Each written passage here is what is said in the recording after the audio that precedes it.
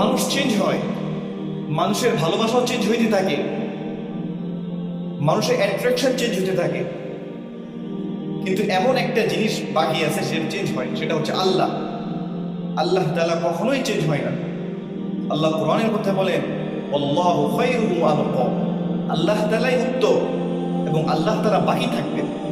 আল্লাহ তাআলা সূরা আর-রহমানের মধ্যে বলেন, ওয়া ইয়াবকা ওয়াজহু রাব্বিকা যুল জালালি ওয়াল ইকরাম, আল্লাহ তাআলাই বাকি থাকবেন। আর দুনিয়ার সমস্ত জিনিস চেঞ্জ হতে থাকে, টেম্পোরারি। আজকে অমুকের সাথে সম্পর্ক আছে, তো কালকে নাই।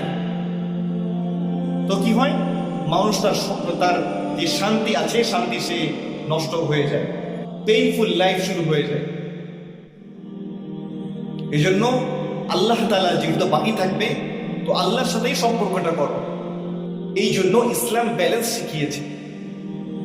সেটা হচ্ছে মানুষকে ভালোবাসো, মানুষকে কেয়ার করো, কিন্তু আলটিমেটলি নিজের হার্টের যে অ্যাটাচমেন্ট, মনের যে ভালোবাসা, এই ভালোবাসাটা আল্লাহ তাআলার সাথে রাখো।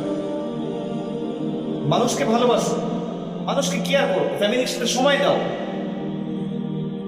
ফ্যামিলিকে ভালোবাসো, কিন্তু আলটিমেটলি মেইন ভালোবাসাটা এটা যেন আল্লাহ তাআলার সাথে থাকে। তাহলে কখনোই ব্রোকেন হার্ট হবে না, কেন আল্লাহ তাআলা বাকি থাকবেন।